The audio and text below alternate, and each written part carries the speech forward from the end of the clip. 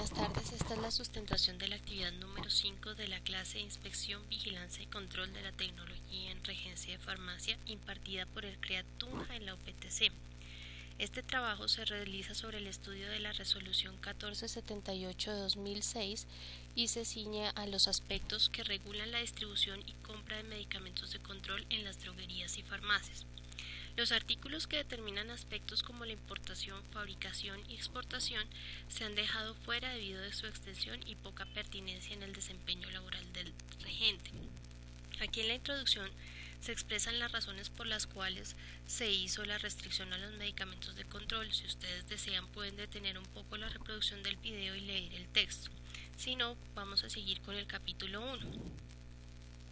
En el capítulo primero de la resolución se profundiza en el concepto de medicamento de control, las entidades a cargo de su manejo y la extensión de la norma. Entonces aquí podemos ver el concepto de sustancia de control. Esta es de uso terapéutico, crea dependencia, es de manejo ilícito con frecuencia y necesita vigilancia. La entidad a cargo de la vigilancia de estos medicamentos es la UAE, el Ministerio de Protección Social y el Fondo Nacional de Estupefacientes. Y la resolución que alberga todas las normas es la 1478 del 2006, que aplica además sobre materias primas, sustancias y medicamentos.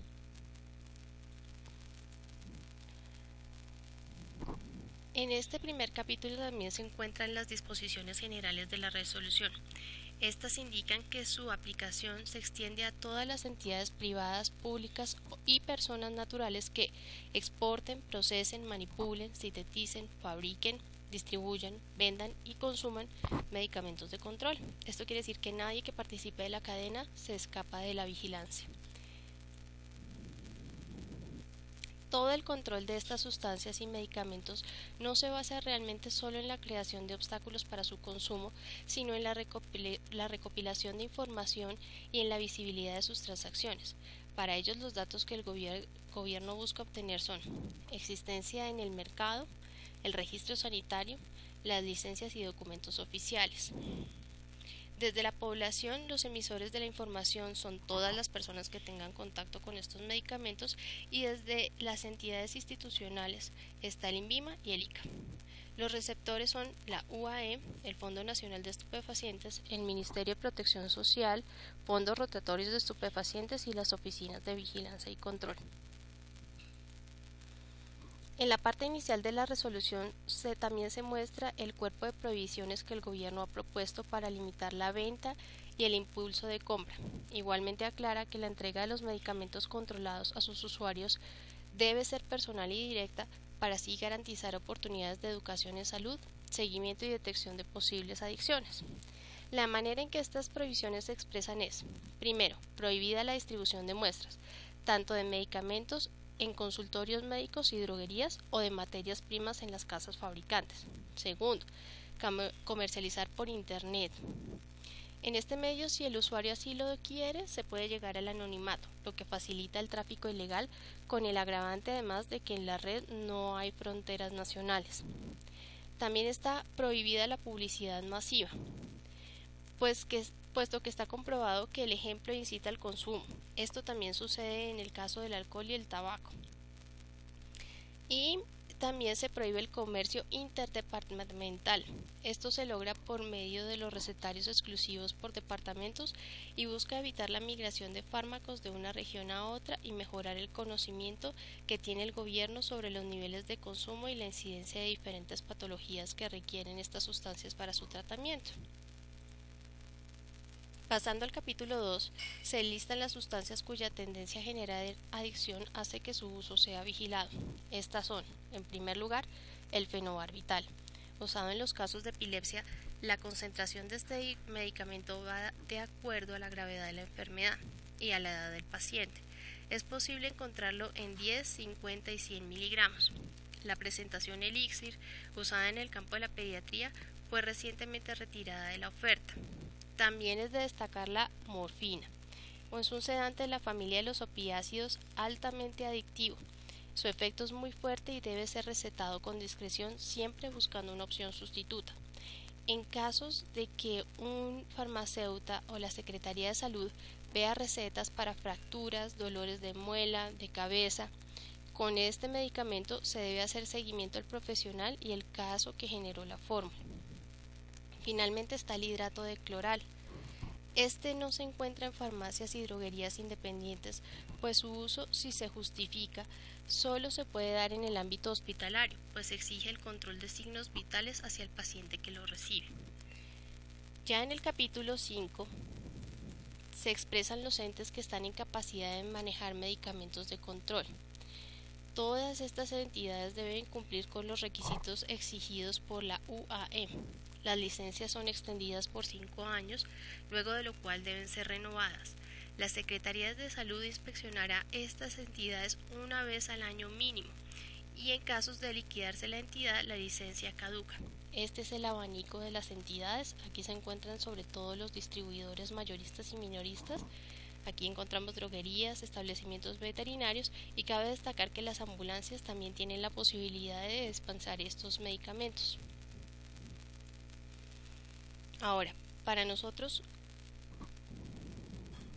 como futuros regentes de farmacia, es de máxima importancia conocer cuáles son los requisitos que una droguería debe cumplir y cuáles son los documentos que debe tener para solicitar una licencia de venta de medicamentos.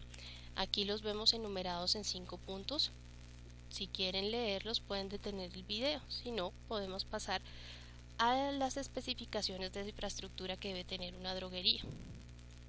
Entonces, las especificaciones de infraestructura, dotación y recurso humano para los establecimientos farmacéuticos que dispensan medicamentos de control son los que se expresan en la resolución 1478 del 2006, son muy similares a los de la resolución 444 de 2008 y que son de obligatorio cumplimiento para todas las droguerías, así que no hay mayor trabajo que hacer cuando se solicita la licencia para venta de estos medicamentos. Aquí está que se debe tener pisos, paredes, techos y áreas de circulación con buena iluminación, fáciles de limpiar, impermeables, con drenajes. También se debe tener adecuadas instalaciones eléctricas, un control de temperatura y humedad. Y en el caso del recurso humano, este se da de acuerdo al grado de complejidad del servicio farmacéutico, lo cual quiere decir que una droguería debe trabajar con un tecnólogo en regencia de farmacia y un hospital con un químico farmacéutico. En el capítulo 7, el Ministerio de Protección Social nomina los requisitos de compra y venta que tiene que cumplir una droguería para poder solicitar inventario de medicamentos de control ante la Secretaría de Salud. Ahora, ya teniendo el inventario, si llega a haber fallas de conteo, entonces una farmacia debe reportar a una autoridad competente esta falla e indicar la razón de la baja. Estas razones pueden ser por pérdida, por vencimiento o por destrucción necesaria. Todos estos tienen trámites que necesitan formularios que se encuentran anexos en la resolución 1478 de 2006. Debido a la responsabilidad y al riesgo de adicción que implica recetar un medicamento como el clonazepam, el gobierno ha buscado evitar tajantemente la automedicación y limitar la formulación de los medicamentos de control solamente a profesionales. En el capítulo 12 se ve cómo médicos y veterinarios pueden hacerlo cumpliendo ciertos requisitos. En el caso de los veterinarios es Covescol, que es el Consejo Profesional de Médicos Veterinarios y Zootecnistas en Colombia, quien otorga el registro para manejo de medicamentos de control. Ya en el capítulo 18, el Ministerio de Protección Social dicta normativas referentes al recetario de los medicamentos de control que tienen carácter oficial. En esta parte quedan delimitados quién lo emite, quién lo compra y los elementos necesarios dentro del formulario. Entonces, quien lo emite es el Fondo Rotatorio de Estupefacientes y luego Covescol para los veterinarios. ¿Quién lo compra? Pues los hospitales, clínicas e IPS y en el caso de particulares los médicos y los veterinarios. Y los elementos necesarios que deben estar en todos los formularios son datos del profesional, fecha de prescripción, datos del paciente, diagnóstico, datos del medicamento y la firma del profesional. Para aclarar un poco cómo se vive la tarea de la dispensación de medicamentos de control en las droguerías de Tunja, es importante escuchar la experiencia de un auxiliar de farmacia que tiene como parte de su labor recibir y revisar fórmulas. Estas luego son entregadas a un regente de farmacia para su despacho. La persona que responde a las preguntas para la exposición es la señora Solange Amaya.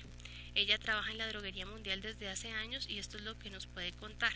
Con respecto a la primera pregunta, ¿qué debe presentar un paciente para adquirir un medicamento de control en una droguería?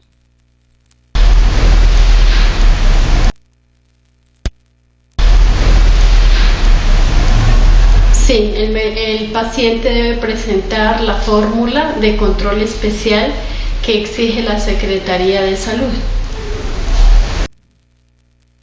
Otra pregunta que se puede hacer es esta.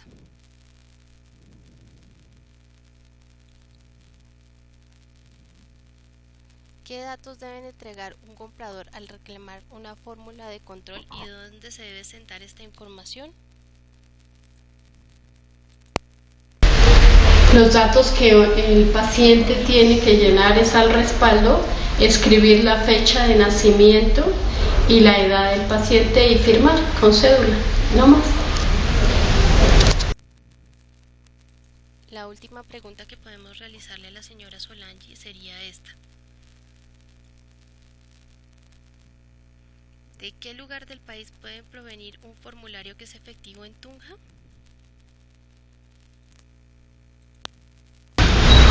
De todas las partes, de todas las ciudades y pueblos que sean boyacenses. Tiene que la persona presentar el formulario y que sea ese recetario boyacense. Okay. Profundizando más en el tema de los formatos de dispensación de medicamentos de control, es importante que el estudiante de regencia de farmacia pueda ver cómo es uno de ellos y cuál es su correcto diligenciamiento. En el área de diagnóstico, los médicos suelen remitirse al Código Internacional de Patologías y expresar esta a través de una clave. En el ejemplo, F319 indica un trastorno afectivo bipolar no especificado. Estos formularios deben ser llenados completamente. Ninguno de estos espacios puede quedar vacío, excepto la firma del paciente que se puede llenar en el momento de reclamar la fórmula. De los cambios que con respecto a la norma se han dado en los últimos años, existe desde el 2015 una resolución que permite a los médicos firmar las fórmulas solamente con su número de cédula sin tener que adicionar el registro médico. Esto, en cierta forma, devalúa las restricciones que la resolución ha impuesto, pues permite a estudiantes de medicina firmar como profesionales sin que la Secretaría de Salud pueda comprobar la falta de título. Seguimos entonces con otro tema que maneja la resolución, que es el informe del movimiento de las entidades que dispensan medicamentos de control. Entonces, estas entidades deben reportar a la Secretaría de Salud. Se debe hacer vía mail y usando formato de Excel oficiales. Aquí es importante especificar los datos que se deben manejar. Son la totalización por medicamento, grupos por denominación, nombre comercial y unidad farmacéutica. Y en caso de que no haya actividad, el formato no se debe diligenciar con ceros, sino con lo que hay realmente en existencias. Ahora, para el uso interno de droguería, estos reportes se pueden llevar a mano, pero deben estar autorizados y deben ser revisados por los inspectores de las secretarías. Después de todas las orientaciones de manejo de información, medicamentos, personal autorizado y demás, la resolución en el capítulo 20 se dedica a describir cuáles son las infracciones en las que se puede incurrir por incumplimiento de la norma. Existen 3 niveles de infracción. El primero son las leves. En el segundo se ven las infracciones graves. Y en el tercero se ven las infracciones muy graves. Dependiendo del tipo de infracción, una droguería o farmacia puede verse sancionada con diferentes números de salarios mínimos vigentes. Por ejemplo, en una infracción leve se puede ser multado de 12 a 80 salarios mínimos. En las infracciones muy graves de 100 a 500. Y en las leves de 2 hasta 10 salarios mínimos. Ahora, el no pago determina el cierre del establecimiento por el Ministerio de Protección Social o por los fondos rotatorios de salud. Y en el caso de ser necesario, se adelantan investigaciones y sanciones penales. Ya para finalizar, tenemos las conclusiones. Entonces, estas son y la bibliografía final.